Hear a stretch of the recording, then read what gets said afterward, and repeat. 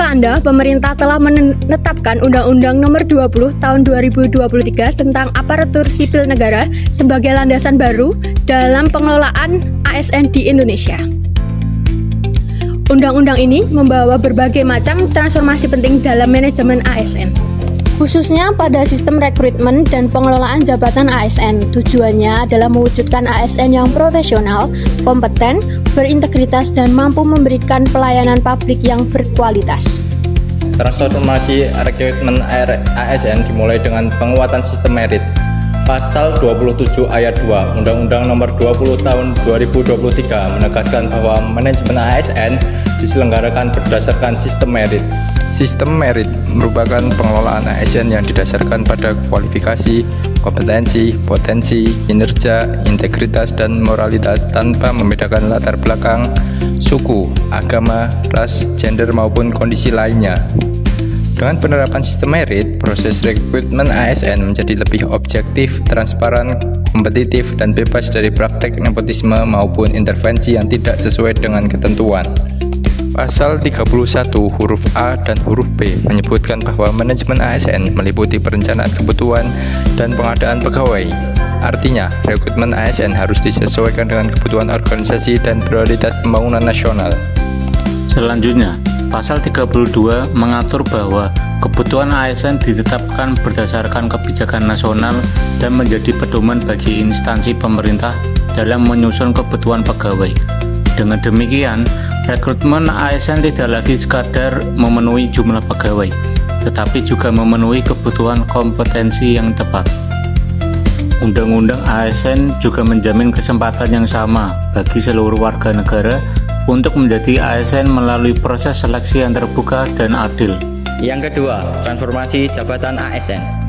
Selain transformasi rekrutmen, Undang-Undang Nomor 20 Tahun 2023 juga membawa perubahan dalam pengelolaan jabatan ASN. Pasal 13 mengatur bahwa jabatan ASN terdiri atas jabatan manajerial dan jabatan non-manajerial. Penyederhanaan ini bertujuan menciptakan birokrasi yang lebih lincah, efektif, adaptif terhadap perubahan. Pengisian jabatan ASN kini semakin menekankan penerapan sistem merit.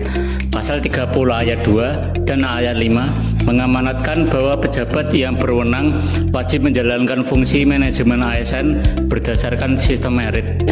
Artinya, promosi, mutasi, dan pengembangan karir ASN harus dilakukan berdasarkan kompetensi, kinerja, potensi, dan integritas, bukan karena kedekatan pribadi ataupun faktor non-profesional lainnya.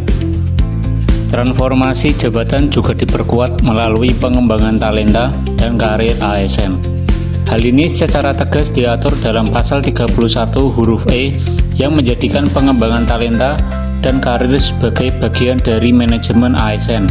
Melalui manajemen talenta, instansi pemerintah dapat mengidentifikasi pegawai yang terbaik, mengembangkan kompetensinya, dan menempatkannya pada jabatan yang sesuai dengan kebutuhan organisasi. Transformasi rekrutmen dan jabatan ASN memberikan peluang yang lebih besar bagi ASN dalam berkembang berdasarkan kompetensi dan prestasi kerja. Dengan sistem merit yang semakin kuat, organisasi pemerintah akan memiliki sumber daya manusia yang profesional, kompeten, dan mampu menghadapi tantangan pelayanan publik di era modern. Pada akhirnya, transformasi ini diharapkan mampu meningkatkan kualitas pelayanan publik serta mendukung terwujudnya birokrasi yang efektif, akuntabel, dan berorientasi pada hasil. Undang-Undang Nomor 20 Tahun 2023 menandai era baru pengelolaan ASN di Indonesia. Melalui penguatan sistem merit sebagaimana diatur dalam pasal 27 ayat 2, pengadaan ASN pada pasal 31 huruf B, perencanaan kebutuhan ASN pada pasal 32, serta pengembangan talenta dan karir pada pasal 31 huruf E, pemerintah terus mendorong terwujudnya ASN yang profesional, kompeten, dan berintegritas. Mari kita dukung transformasi ASN menuju birokrasi yang modern, adaptif, dan berorientasi pada pelayanan publik yang semakin berkualitas. Terima kasih telah menyaksikan video ini. Semoga bermanfaat dan menjadi motivasi bagi kita semua untuk terus menerapkan nilai-nilai ASN berakhlak dalam pelaksanaan tugas dan pengabdian kepada masyarakat.